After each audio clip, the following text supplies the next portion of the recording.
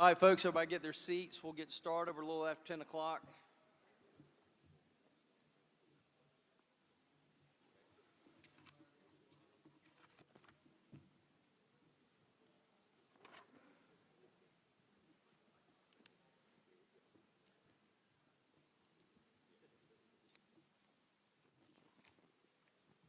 This is it, right? You're right here. That's your book. There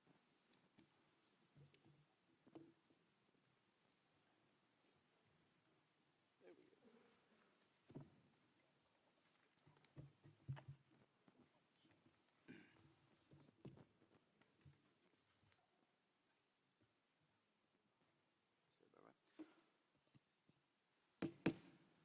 Good morning. I call to order the meeting of the ACCS Board of Trustees. We appreciate your interest in the Alabama Community College system, and I welcome you here today. A great deal of preparation has gone into the development of the documentation of this meeting. I want to thank the Chancellor and his staff and all our college presidents and their staffs for the work in preparing for this meeting. In addition, I'd like to thank Enterprise State, particularly President Danny Long and all his staff for pulling this together, and incredible hospitality extended to the board system. As always, we remain laser focused on student success and remain true to our core mission of adult education, workforce development, and academic excellence. So I'd like to invite Matt Jordan to come up while I'm reading his bio, because it'll take a little time to get around for the invocation. Matt Jordan is a native of Arab, Alabama, and a current resident of Enterprise. Matt serves as senior pastor of First Methodist Church of Enterprise. He has a deep love for the Alabama Community College system due to being a graduate of Snead State Community College, where he met his wife, Mary Evelyn Jordan, a current employee of Enterprise State Community College. Matt and Mary Evelyn have two sons, John Graham and James Cochran. Matt is a lover of education, as he is now enrolled in his first year in the doctoral ministry program at Asbury Theological Seminary. The ACCS has changed Matt's life, and he believes it will continue to change the lives of Alabamians for years to come. Matt Jordan. Father, we're so thankful for all that you do for us, and I'm thankful for the gifts and the talents and the skills that you've given these men and women who lead our community college system. Lord, I pray that you be with them today as they meet. As your word tells us, we're to love you not just with our heart and our soul and our strength, but with our mind. And from the mind comes so many things in our lives. And as they commit to student excellence, academic excellence, and excellence within our schools, I pray, Father, that you give them the wisdom and the discernment and the passion to make decisions of excellence today and in the future. May the decisions made today in this meeting be blessed by you and your guidance and your wisdom in all things for the benefit of the students who are the recipients of these. Father, we are thankful for all that you do. We ask this in Jesus' name. Amen. Everyone please stand for the Pledge of Allegiance. Flag is to my right. Stand, salute, pledge. I pledge allegiance to the flag of the United States of America and to the republic for which it stands, one nation, under God, indivisible, with liberty and justice for all.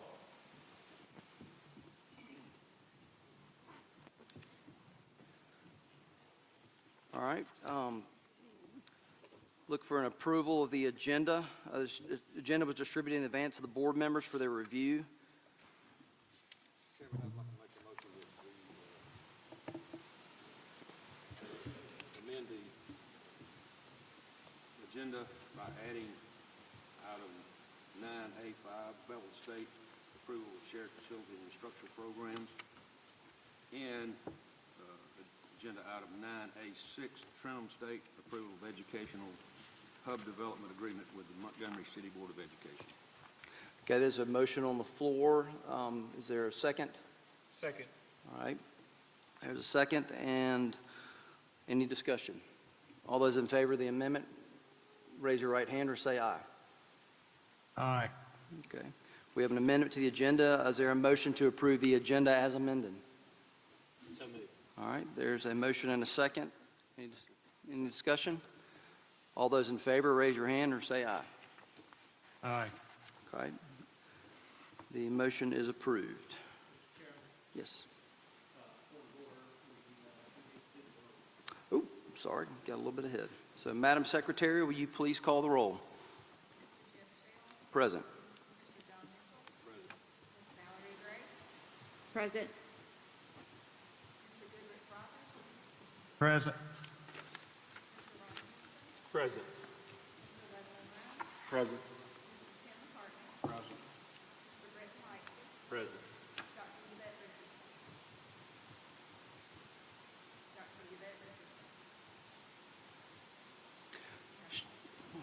Should we redo those votes, or, David? Should we redo those votes, or are they good? Okay, gotcha. All right. Do we have any public comment? No one for public comment? All right. We'll move into, the approval of the minutes from November 12th, 2025 meeting. Everyone has distributed and seen the minutes. Is there a motion to approve the minutes from November 12th? All right. We have a motion. Is there a second? Second. All right. Motion and a second. Any discussion? Reddits. All right. All those in favor, state by saying aye or raise your right hand. Aye. All right. The ayes have it. No public comment, and so we will move into the college spotlight for Enterprise State Community College.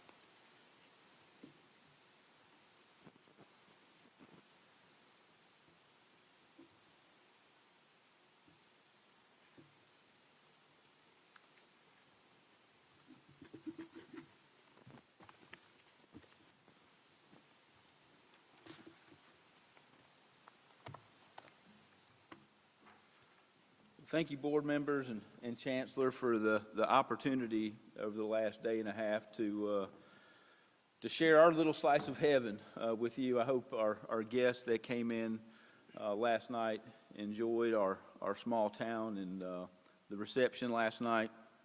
You know, several of you had the opportunity to come down. We had the ribbon cutting for this building on September 30th, and I won't go through all my remarks that I gave yesterday, but just so you know the impact that this building is having on our city, our community, this college.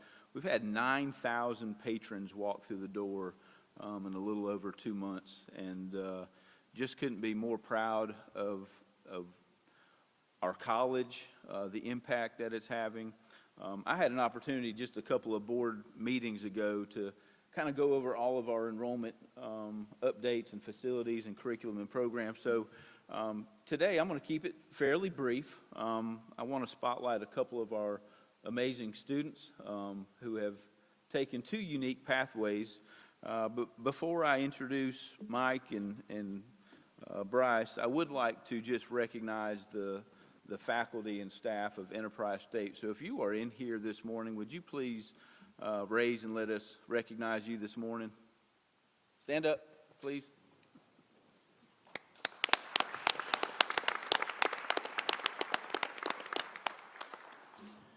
You know, I truly consider myself blessed showing up to work every morning with a team that likes to work as hard as I do and shows up every day making a difference for this community and the students that we serve. So thank you for what you do for our college. Mr. Mike McDaniel is going to be the first student you heard from, and you know, both these young men have, well, you're not both young, but really impressive stories. But Mike was a student at ESJC, fall of '88 through spring of '91, before going to Troy and earning a bachelor's degree in environmental science. He worked with chemicals in the manufacturing industry for many years before buying an H&R Block franchise with his parents. He eventually bought his parents' shares and grew his business to 16 franchises in 7 years before selling all of them. In 2022, Mike came through our CDL program and got his CDL license and now drives a fuel truck in Ozark. When Mike's son enrolled at the Alabama Aviation College in 2024, Mike also enrolled. Mike works full-time driving the fuel truck. His shift ends at 3:30, and he's at class at 3:45 every afternoon. And while at work, during the day, he always recommends our college to his colleagues and fellow workers. Mike excels academically with a 3.9 aviation GPA. He's a class leader, helping others in class during lab. He has taken on special projects for our instructors to include working on the radial engine, rebuilding the Cessna propellers, and moving our college Cessna from the Houston County campus to the Ozark campus.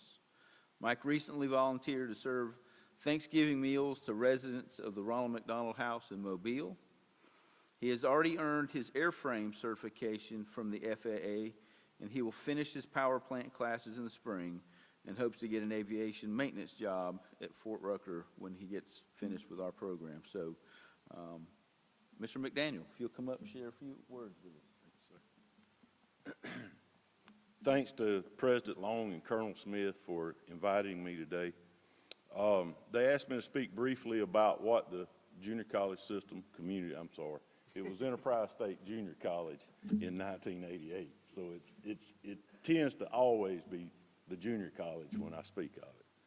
But yeah, I'm just the average 55-year-old junior college student. This is my third time coming through for one reason or another. But when I started to try to put together what it meant to me, it really shocked myself, because when I go back, I actually had to make myself a little timeline so that I'd stay focused. And I want to read a few things here off of this timeline and what a community college can mean to a person. 1970-71, my dad attended the junior college on his GI Bill. In the late 70s and 80s, my mother was in the tax business back then, and she held tax seminars for the logging industry. Junior college hosted a lot of those seminars for her back then. 1986, came out here and took my ACTs, getting ready to go to college, along with so many other high school students from the area. 1987, I competed on a Scholars Bowl team, which we actually won. Little New Broughton High School come and beat a lot of the big guys right here. And we were very proud of that. 88 through 90, I went to school here before going on to Troy State University, getting my degree in environmental science. At the same time, I didn't know it at the time, but at the same time I was here, my wife of the last 28 years, she was also here. She attended junior college before getting her bachelor's in criminal justice from Troy State, and then a psychology master's degree. She works with the Coffee County school system.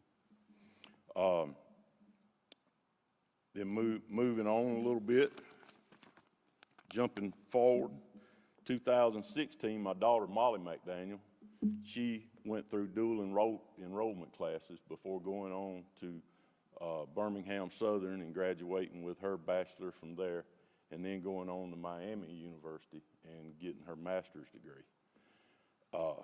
My son went to Zion Chapel High School during the COVID time, and everybody knows how crazy COVID was and what it did to all of our lives, just shook everything up.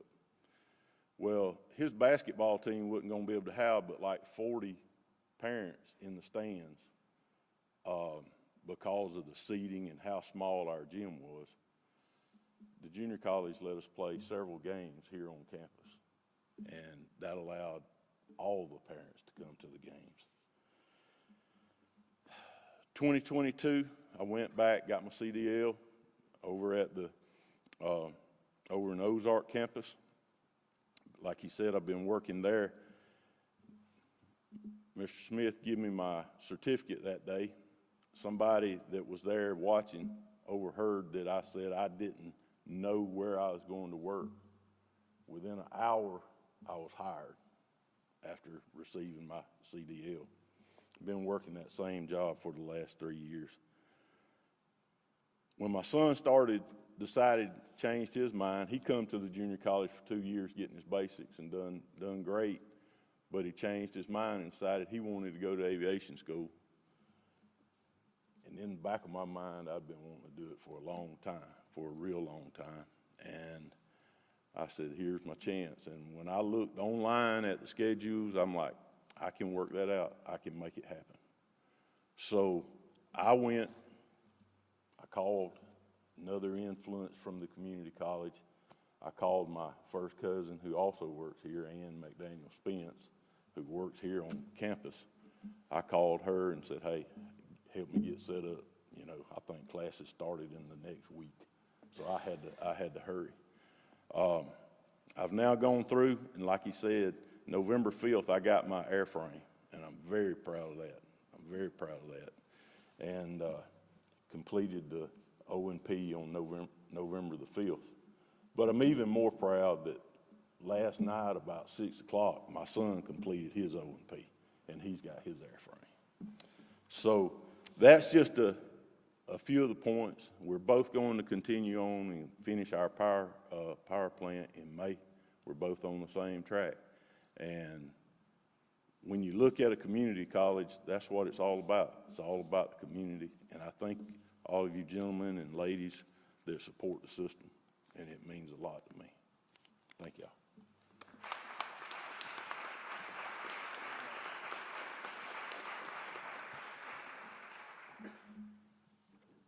I don't know that we could have got a better example of how the community college system can change lives in their whole families. So this next gentleman, I've had the opportunity to get to know over the last couple of years, and from a little town called Hartford, and he also had the opportunity to take some dual enrollment courses with us over at GTech. But he's a brilliant young man, and he's the type of student that I think we all aspire to have at our colleges, and just really impressed with him. He serves as one of our ambassadors. He just always represents our college with integrity, and just a really fun young man. And Bryce Griffin, growing up, Bryce and his brother spent most of their time outdoors playing sports. When he wasn't active outside, he was watching engineering videos, something I never did. He was fascinated by how things work. Throughout high school, he was a three-sport athlete, but he found himself caring even more about his math classes. He always wanted to understand new ways to solve problems, and more importantly, how those solutions can be applied to help people. Because of that passion, he knew early on that he wanted to study engineering.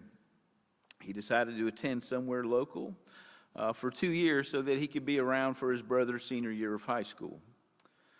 After interviewing, he was honored to receive an ambassador scholarship as well as an academic scholarship at Enterprise State Community College. During his time at Enterprise, he has worked hard and has completed enough coursework to transfer half of his degree to hopefully Auburn University next summer.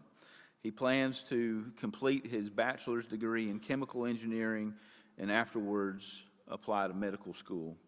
And at this time, I'm going to ask Bryce to come up and share a little bit about his impact of how the college has supported him. Bryce?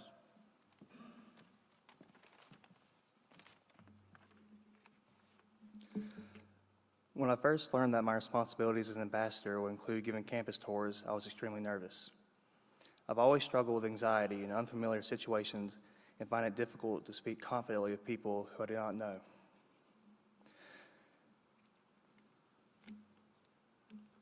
Because of this, I made a commitment to myself to speak the future students with honesty. I will never lie to them.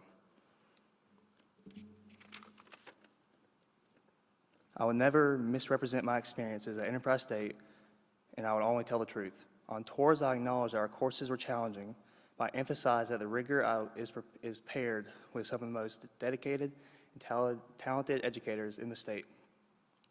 I explained to a future student on a tour one time how President Long frequently interacts with students on campuses, and how, speaking with him more than once, he often remembers your face, and if not, he'll know your name. At that moment, President Long happened to walk around the corner and began speaking with us.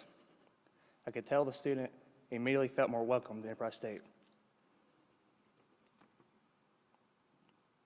Encounters like this highlights why I strive to share on tours. Our faculty and staff are genuinely invested into students. Many instructors go out of their way to support students, with the only expectation being the willingness to learn. Serving as an ambassador has allowed me to earn an excellent education at no cost while developing my communication skills and confidence. On tours, I also make a point to describe the various student organizations available on campus. As the president of Circle K and Phi Theta Kappa, as well as a member of the History Club, I believe I can speak confidently with authority on the subject. These organizations not only helped me build lasting friendships, but taught me how to manage responsibility effectively. With an ongoing service project for Circle K and a collaborative project between Circle K and PTK planned for the spring, these efforts demonstrate another defining aspect of life at ESCC, community. The sense of community extends beyond the campus into the city of Enterprise. Students work together daily to create a vibrant campus experience while local businesses partner with us for events such as the first annual pickleball tournament this past spring. The culture of collaboration allows students to form strong, meaningful connections both on and off campuses. Of course, the most important component of college is the education itself. I firmly believe that ESCC has some of the finest educators in the state in every academic department. These instructors possess deep knowledge in their subject and consistently demonstrate a willingness to assist any student who seeks assistance. Throughout my time here, I found a newfound appreciation for what it takes for everything behind the scenes.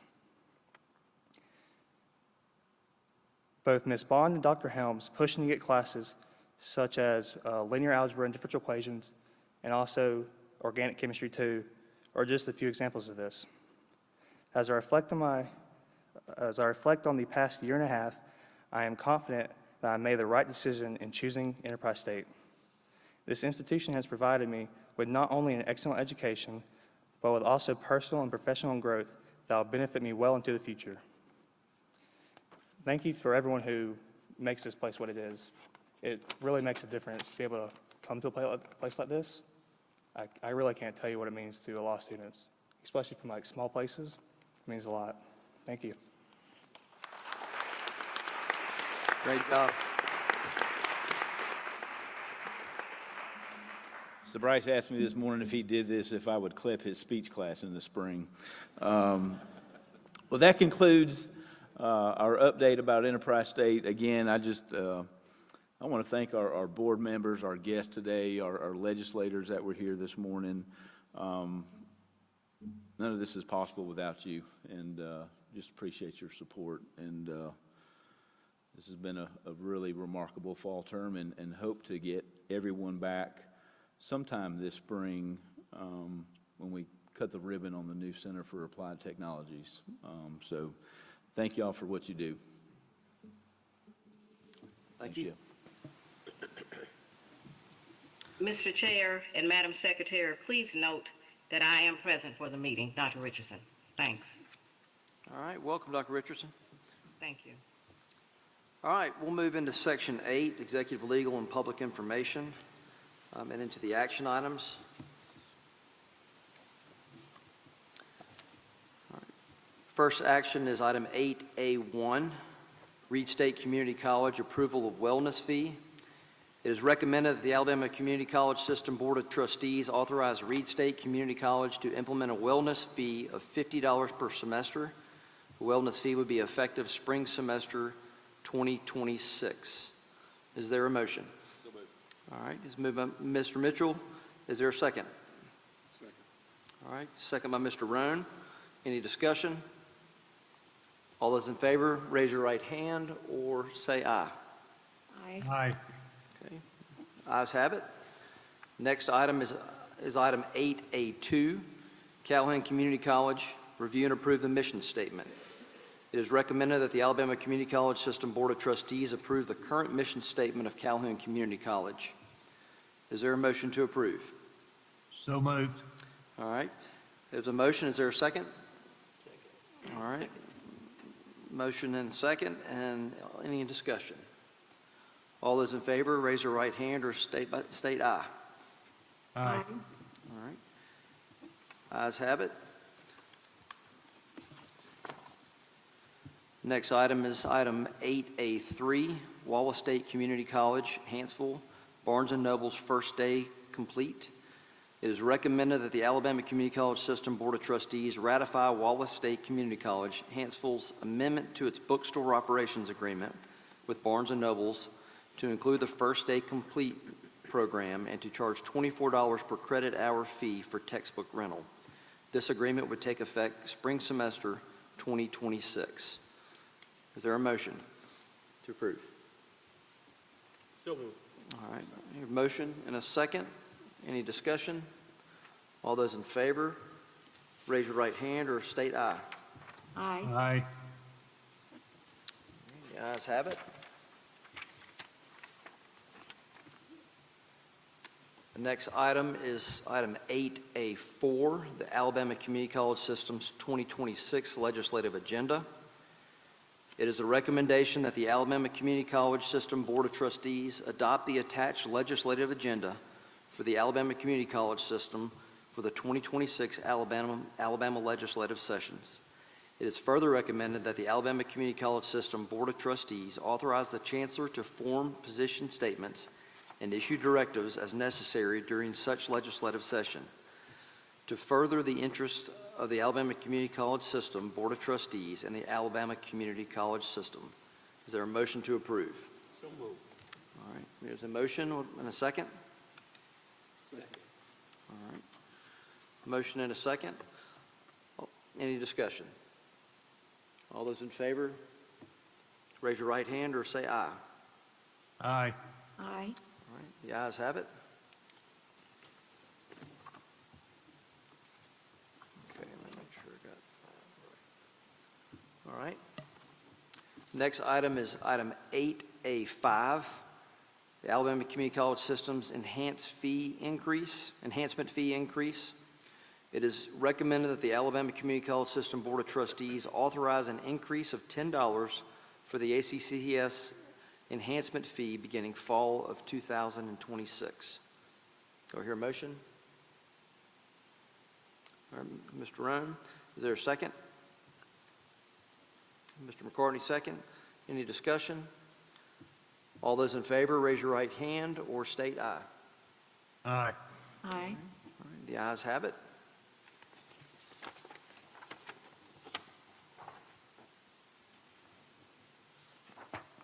It's item 6, not. Okay, hold on a second. Is the name change? We'll need, okay.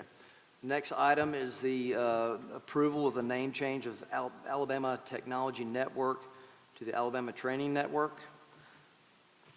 Do not have a description on that, but all those, any discussion?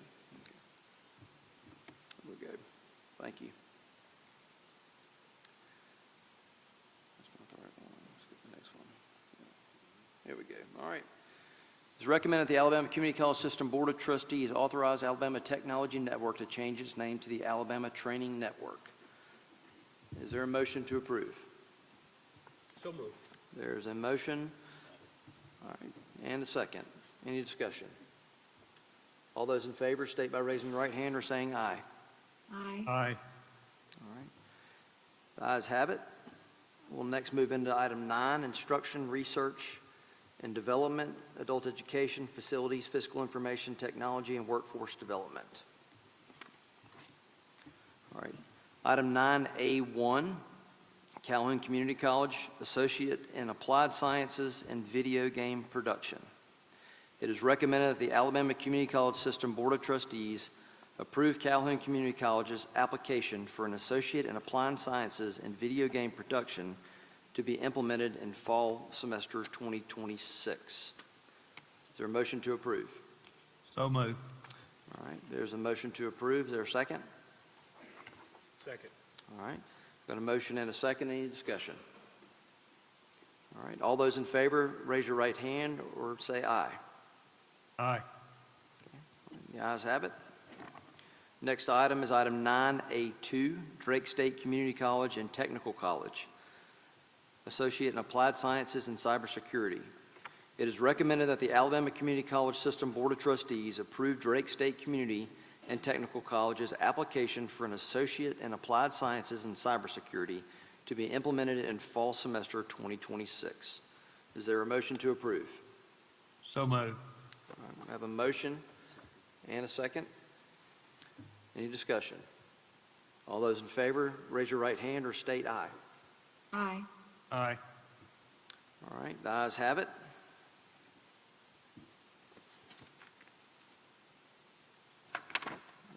Got the right one. Hang on just a second.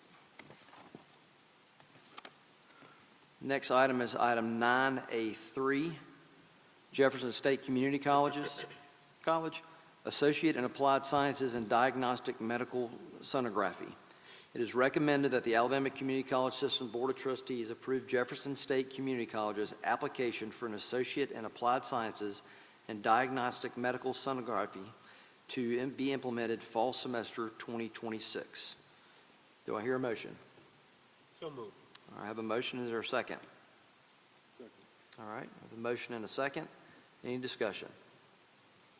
All those in favor, raise your right hand or say aye.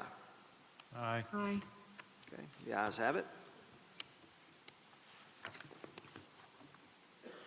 Next item is item 9A4, Bevel State Community College, purchase of equipment and instructional supplies in connection with the Alabama Weatherization Assistance Program statewide training and technical assistance coordinator project. It is recommended that the Alabama Community College System Board of Trustees approve the Bevel State Community College to purchase equipment, instructional supplies, and program support services to support the weatherization training initiatives. Is there a motion to approve? All right, I have a motion. Is there a second? We have a motion and a second. Any discussion? All those in favor signify by raising your right hand or saying aye. Aye. All right, the ayes have it. Motion passes. Next item is item 9A5, Bevel State Community College, approval of Career Technical Education Center Development Agreement.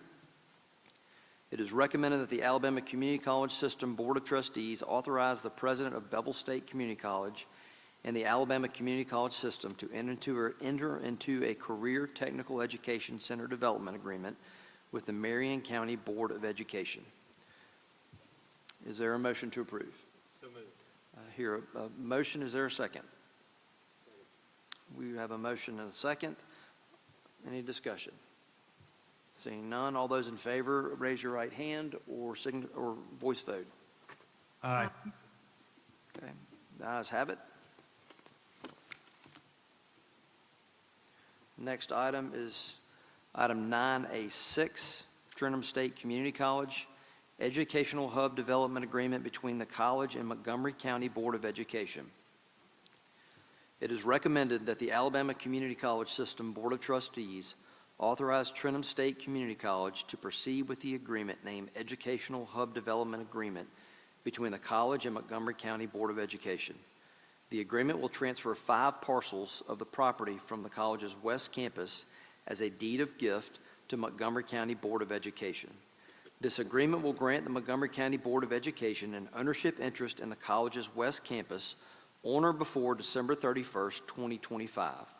The college will remain in possession of the campus under a license agreement until no later than December 31st, 2026, when the college shall vacate the premises. Is there a motion to approve? We have a motion. Is there a second? Second. All right. Any discussion? All those in favor signify by raising your right hand or voice vote. Aye. All right, the ayes have it. That concludes section 9. We'll move into section 10 for personnel. No items of personnel? All right. We'll move into section 11 for the chancellor's report. Looking for Neil. Okay. Neil's going to give us an update report on enrollment.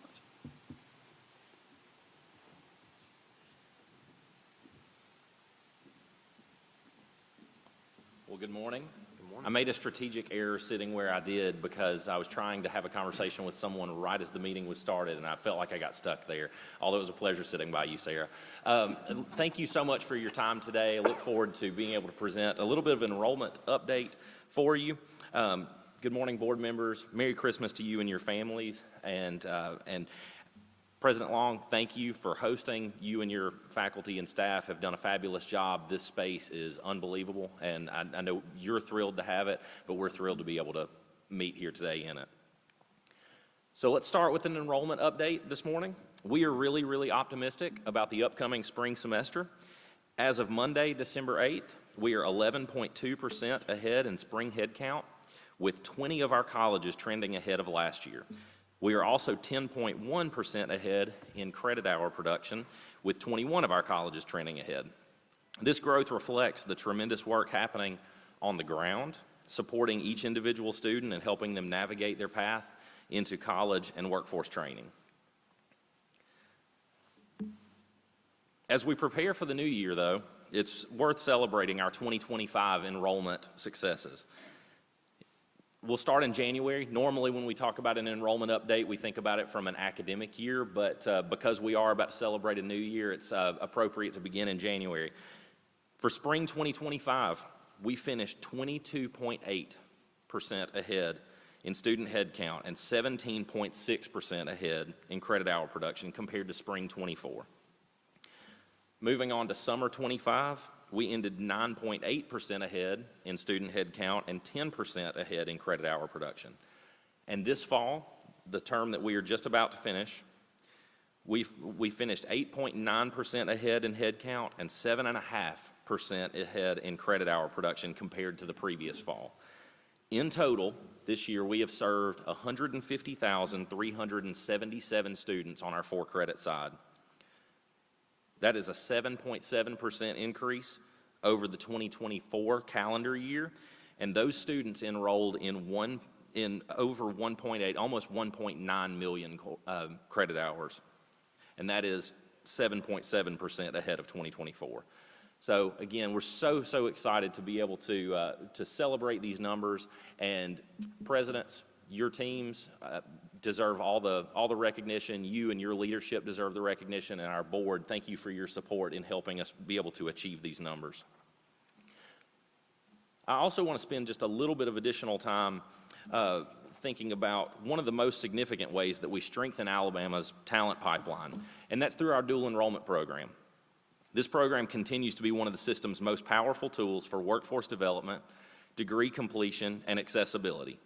Our ACCS marketing team and some of their partners have created a 30-second video that was shown multiple times during the Alabama Super 7 football state championship games and will be used to market the dual enrollment program on social media platforms and other ways over the next few months. And I'd like to cue up that video now.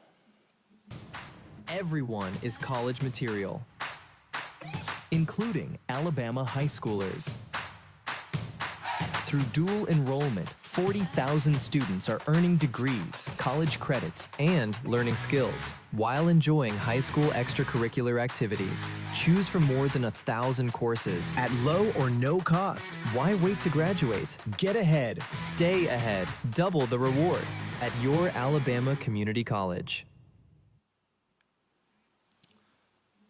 Since 2015, dual enrollment headcount has grown by an extraordinary 230%. More than 40,000 high school students enrolled in at least one dual enrollment course in the 24-25 school year. Students from over 500 high schools participate, and we serve students in all 67 counties of our great state. With 130 campus locations, any student in Alabama is within reach of in-person support at a community college. Affordability and access are major drivers of this growth. And we offer top-tier instruction at the lowest price point in the state, allowing many students to take multiple courses at once and make real progress toward a credential. About 42% of our dual enrollment students are from rural communities, and roughly half of all dual enrollment credit hours are produced from those rural areas. Dual enrollment also serves students who may not meet the more restrictive GPA requirements at some of the four-year institutions. A 2.5 GPA for academic transfer courses at our community college is what is required, and a 2.0 for many of our career technical programs. Even with the broad access that we offer, our outcomes remain exceptional. We maintain a 91% pass rate, C or higher, in our top 10 courses by head count. In summer 2024, fall 2024, and spring 25 combined, our colleges awarded 1,566 credentials to 1,218 dual enrollment students, including 143 students who earned an associate's degree before or by their final semester in high school. These gains translate directly into stronger community college completion statewide. A recent article in Community College Daily reports that at two-year colleges, students with a dual enrollment credit have a 57% six-year completion rate, compared to 39.6% for those with no dual enrollment experience. At our four-year institutions, the six-year completion rate is 77.1% for those students who have dual enrollment credit versus 67.7% for students without dual enrollment credit. The benefits, they continue to be clear and consistent.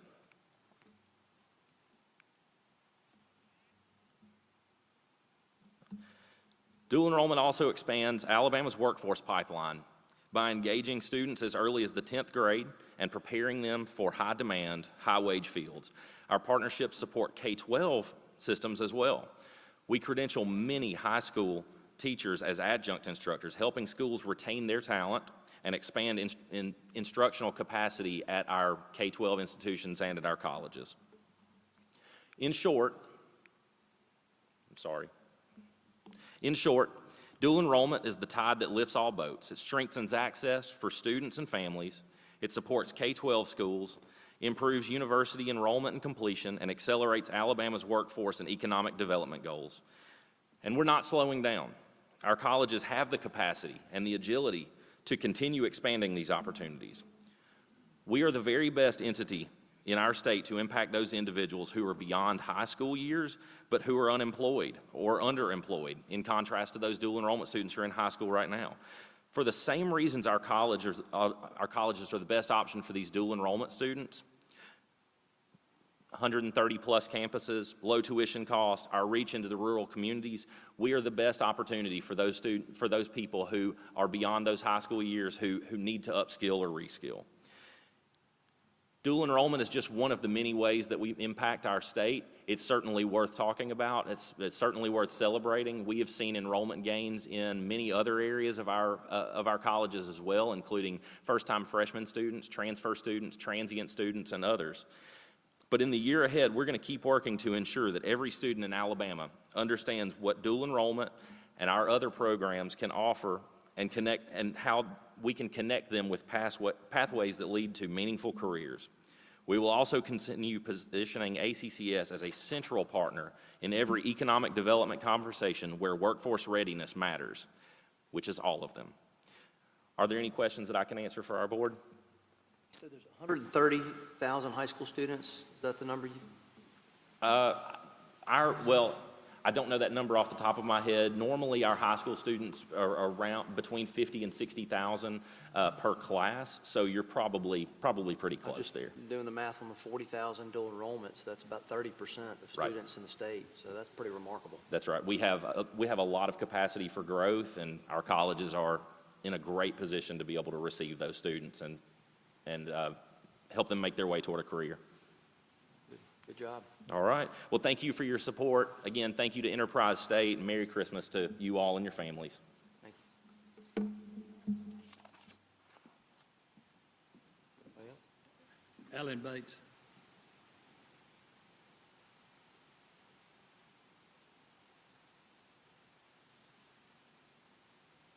Alan has assumed the role of governmental affairs, and he's going to talk with us in just a minute.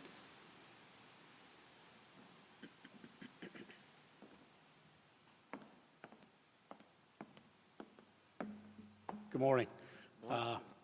Thank you for allowing me the opportunity to speak before you today. We are excited. We've got a great team here today that stands ready to take all of the messaging that you're hearing today, both at Enterprise State and across the system, and make sure that that story, some of those great videos that have been prepared, other documents, that we are sharing the great messages going on throughout the system to ensure that every legislator in this state is keenly aware of the impact that we're making with the investment into the community college system. We feel like it echoes how abundant our impact is and how we are definitely the most valuable resource, whether it be in education or workforce development, and how those complement together. You see it here up on the stage from Enterprise State, both pathways, right? You got a career pivot and a gentleman who was willing to look in the face of his trajectory and want to change it. No matter what stage of life you're in, we're here for you. You look at another young person who is a bright mind and has tremendous ambition and wants to go on to great things, even into med school. And so we're here for you to begin that journey as well. No matter where you want to start, the community college system is that place to get that start. And we're starting it even earlier. And that's where you're going to see a lot of emphasis around dual enrollment, a lot of the conversations that are going on there, because we recognize the impact that we can have at an earlier basis. We want to make sure that every legislator understands what that local impact is in their communities and how many students we are serving as they're hearing things out in the community. Yes, it's becoming a significant piece of our enrollment growth. We're not going to shy away from that. We're serving students earlier. We want to continue to do that. We want to dip earlier into those because we also know that as you do that, better outcomes will be there on the back end.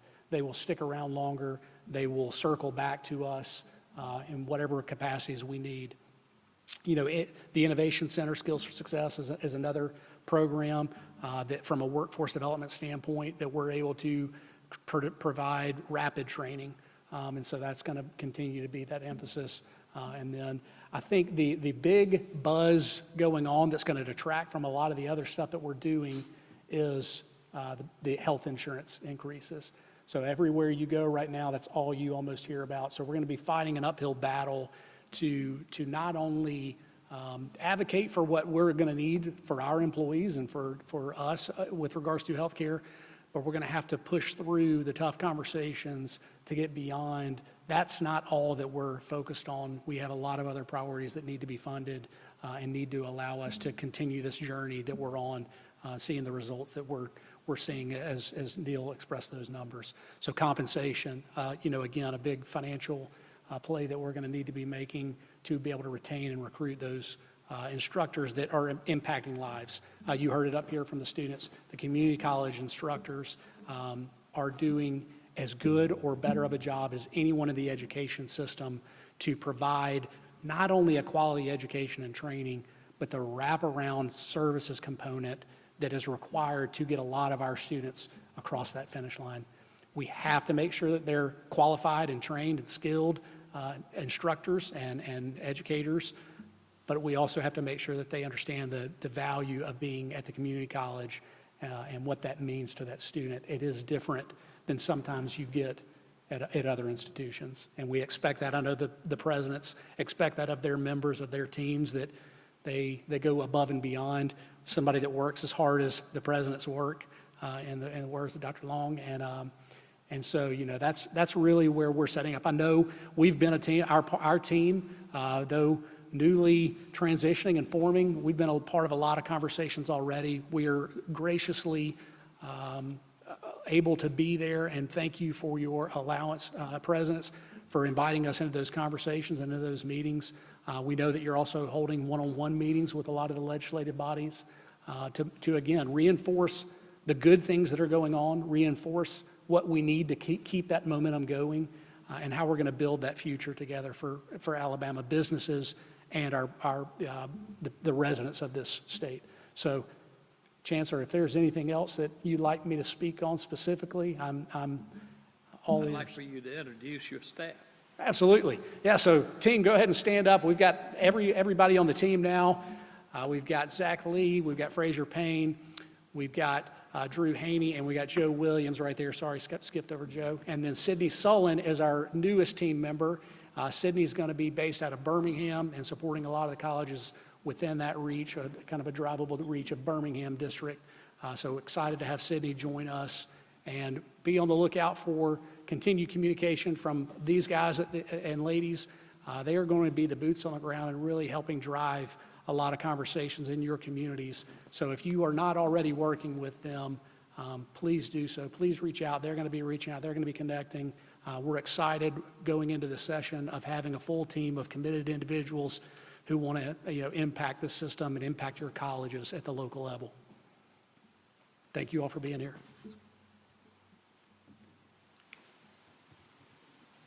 Any other questions from the board? No, I don't. Thank you. I want to ask Keith if you would come up and kind of give us a brief on yesterday's event. And I don't know if Keith is, where's Jimmy? Why don't you walk up here, Jimmy? Jimmy has a way of demonstrating enthusiasm. If you know him, you already know that. Everybody's telling me to behave on the way up here, Chancellor. I don't understand. I'm proud I don't have to follow him. Thank you, Chancellor, and board members. Thank you for this opportunity. You know, yesterday, and Neil brought it up, and by the way, as I was coming up here and the comment Neil made, and then Alan came up, I thought to myself what my parents have always told me and what Amy and I have always told our son. Just because your friend does it doesn't mean you need to. We all sat on that side of on the room and had that long walk up, and I sat there because I saw you guys there, and I knew y'all were coming. Yesterday was an opportunity for the state to celebrate economic development. I say state because one of the largest, or is the largest economic development announcement in the state's history was announced in Huntsville yesterday with Eli Lilly. Eli Lilly is almost a 150-year-old U.S.-based company. Their president and CEO, Rick Davis, was there and spoke. And it is a pharmaceutical manufacturing company. It's a $6 billion investment, about 450 employees. When you look at the construction side of things, about 3,600 jobs. It's significant in celebration for us as a system because of the work that our colleges, and I'm going to name someone, Melody Witten, has been involved in from the standpoint of economic development, working with the Department of Commerce. I want to really talk about Melody for just a moment. Melody is our Chief Economic Development Officer for the system, and over the last, she's been on staff with us not quite 3 years, but she's worked 130 projects. And that sounds like a lot of projects, but you got to make the analogy of a baseball player. If you bat about 300% or 30%, if you bat 300 out of 1,000, that's pretty high percentage. You make the Hall of Fame doing that. But this project she had worked on for some time. It was Project Delaney. It is really, when you look at it, and the CEO of Eli Lilly made the comment, they visited 300 sites, 44 states, and what really separated Alabama from the other locations was innovation and workforce. And Neil was right when he talked about the things that we do here, connecting education to the pipeline of workforce. That's one of the reasons the CEO talked about it yesterday. Dr. Hodges, who is behind me, he will share his thoughts in a moment, and I'll try not to steal any of those. But the whole day was around a panel discussion. Dr. Hodges, Dr. Carver, University of Alabama, Huntsville, Secretary of Commerce, Ms. Ellie McNair, the CEO of, obviously, Eli Lilly, and then Hudson Alpha, Dr. Neil Lamb. And the conversation really was, if you heard it from the perspective of Eli Lilly, the fact that the programs that we offer, plus what University of Alabama Huntsville offers from the professional side of engineers, it's the full package of what that company is looking for. And my takeaway from that was, and I've always thought this, it wasn't just a takeaway, everything that our colleges do, the skills that we provide are so transportable. From one industry sector to another, those skills are valuable. and they will employ individuals, and that's the backbone for what we're doing for economic development in the state, is the students that you guys train at your colleges, you recruit, you educate, whether it's through dual enrollment, traditional or non-traditional students. It really is the backbone of workforce. If you look at these companies, and they talk about a lot of professional jobs, chemical engineers, things like that. If you look at the ratio of those engineers to the number of support that our two-year degree completers, a lot of cases, if you look at that, that's a 1-to-5 ratio. In some cases, it's a higher number than that. So the work that we're doing in workforce really is providing the backbone for economic development growth opportunities through the state. So, and that goes, I look at my wife, everything from healthcare to industrial maintenance to welding, what we're seeing around the state. So it was a great day to celebrate yesterday. That announcement is about the Eli Lilly, but the reason they came was because of the work that we do here with the pipeline of workers are producing workforce for the state. Thank you for the opportunity, Chancellor. It was great to have ACCS representatives there yesterday. Zach and some of the others, Drew was there.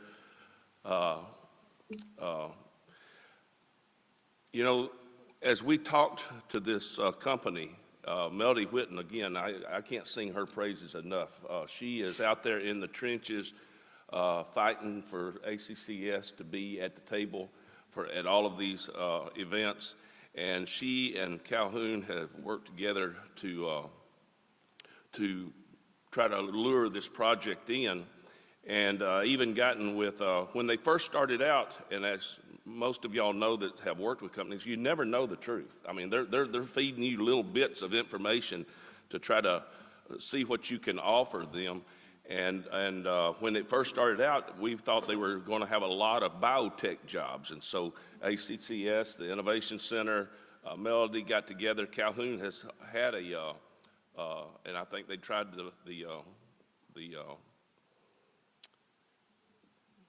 pilot at Lawson for the biotech certification through the Innovation Center.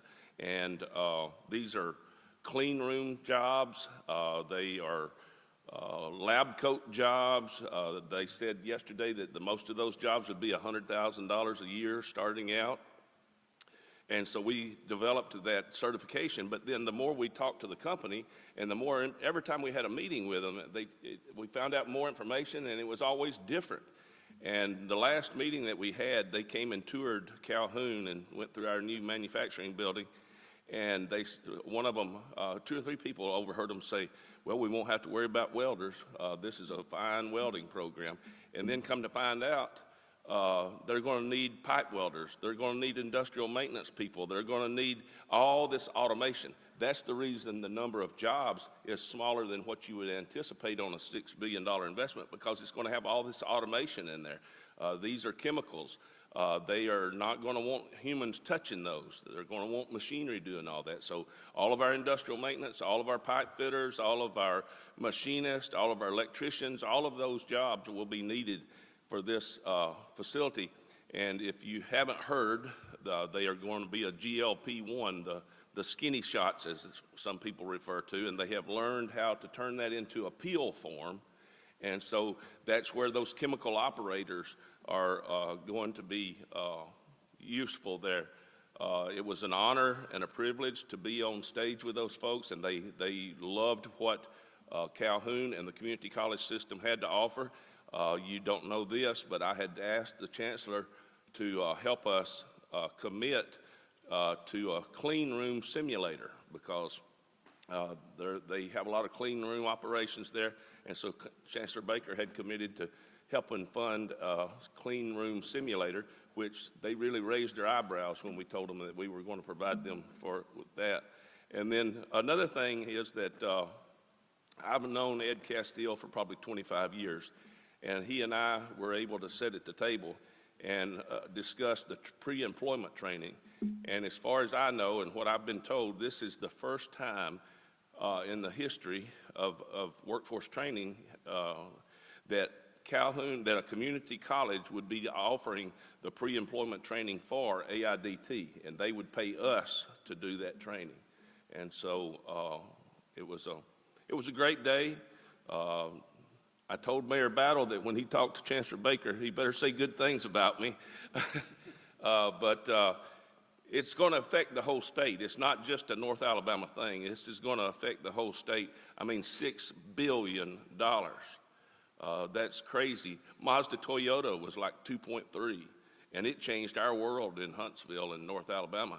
And so the impact, and there's an article that is written somewhere to where when President Trump started talking about putting tariffs on medication coming from China and different locations, Dave Ricks, the CEO of Eli Lilly, encouraged President Trump to continue the tax breaks and the tax write-offs for the pharmaceutical companies that were working inside the United States. And President Trump did that. He extended that. And then Eli Lilly made the decision to invest $50 billion in the United States for pharmaceuticals. And so I feel like there's always more political behind the scene that you never know, but hey, I'm glad to be here. Thank you for the opportunity, Board and Chancellor, and the future is bright. It's happening all over our state, and y'all have a Merry Christmas.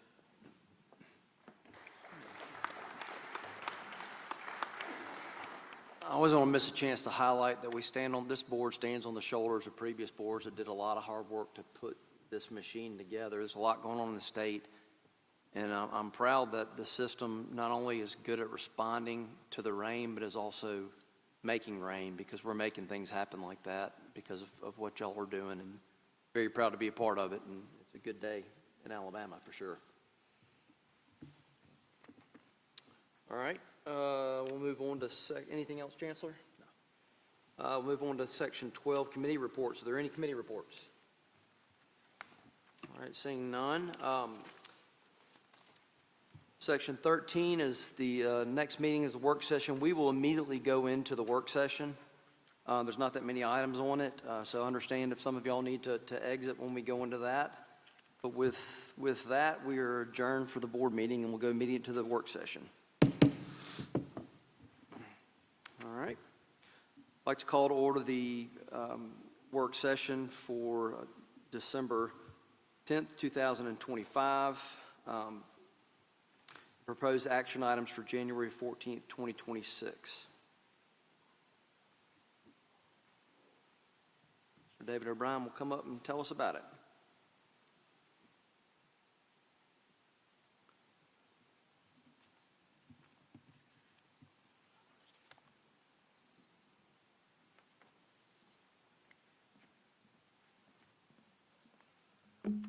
Good morning to everyone. Good morning. The first item on the work session agenda comes from Drake State and is a request that the Board of Trustees authorize the college to name the automotive building, Building 400, as the Elena Fairhurst Automotive Center, and to add appropriate signage. This naming opportunity is in exchange for a pledge from the eHeart Fund of $5 million. The total amount will be paid to the college over installments tied to specific project milestones, and the funds will be used exclusively to support the construction, renovation, and equipping of the automotive center. Are there any questions relating to this item?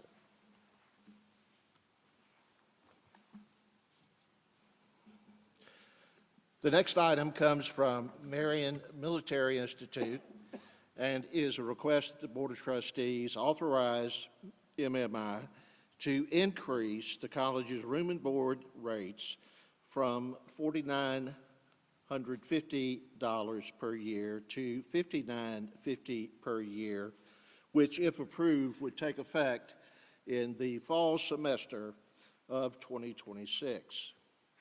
The estimated additional annual revenue would be between $307,000 and $385,000.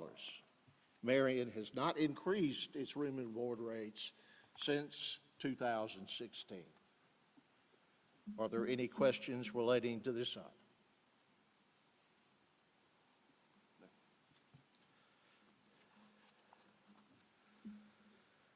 The next item comes from Drake State, and it is a request that the Board of Trustees approve the college's application for an associate in applied science degree in systems engineering technology, which, if approved, would be implemented in the fall semester of 2026. Systems engineering technology is a multidisciplinary program designed to prepare students to manage and engineer complex systems across the system's entire life cycle. Are there any questions relating to this item? The next two items are two new programs that I understand Dr. Brian Client is going to present this morning.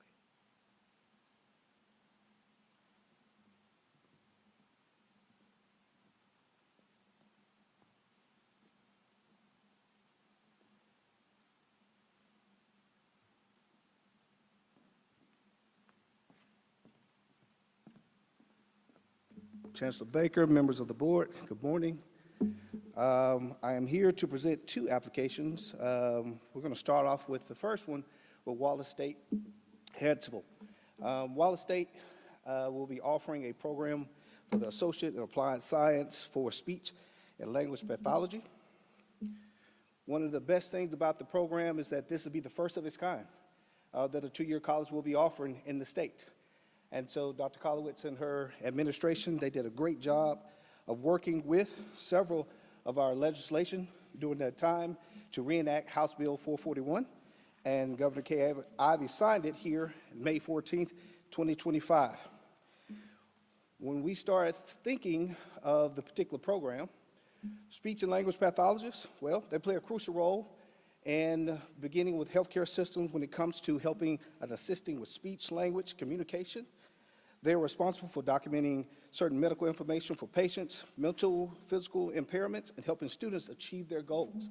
I know personally I have worked with those that are in this field, and it's amazing on the different ways that they interact with those that have speech impediments or hearing deficits and how they help them. So this rehabilitation program, once it's implemented, to ensure that several of the graduates will be employable after that, the curriculum aligns with the American Speech and Language of Hearing Association guidelines.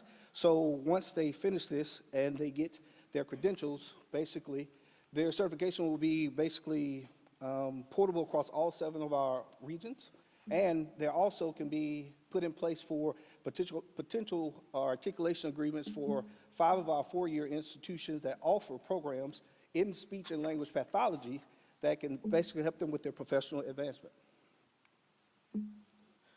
When it comes to it, Wallace Hansville has received outstanding letters of support from the community's partners, including the Alabama Pediatric Therapy Services and the superintendents of both Blount and Coleman counties.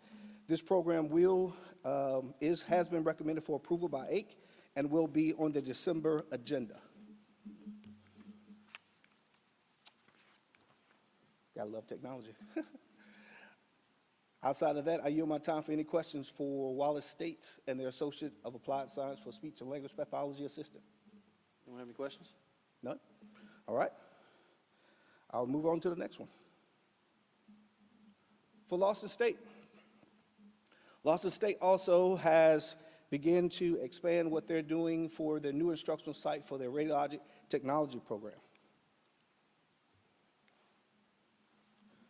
So Lawson State has basically proposed a articulation or partnership with UAB Medical Center to establish a new instructional site for the radiologic technology program. And this partnership will basically give access to clinical experiences that will expose them to a full range of imaging and diagnostic equipment. When you look at this, this gives their students the opportunity to work alongside radiologists, I should say, and some of those technologists in the field to refine their technical skills, strengthen clinical thinking, and basically build their patient care relationships as it comes along with the job. These individuals also will have the opportunity to, once upon graduation, meet the national standards that basically excels them to in a variety of healthcare settings, but ultimately enhancing the quality of the imaging services that's going to be offered within their particular region. The building in the center right there is going to be, that's the Whitaker building, I should say, at UAB. And this is where the new instructional site is going to be housed. When you look at what they have done, and here's the best part about it that I always love to bring up, but Dr. Anthony and her administration did an outstanding job identifying some opportunities to create this advancements with this MOU that's being put in place, and the facility will be at no cost, I repeat, at no cost to Lost State Rad Tech program to continue to help them develop. So that's always a plus. Uh-oh. There we go. Outside of that, I yield my time for any questions for Lost Estates' new instructional site for radiology technology. Questions? Good job. Thank you for your time.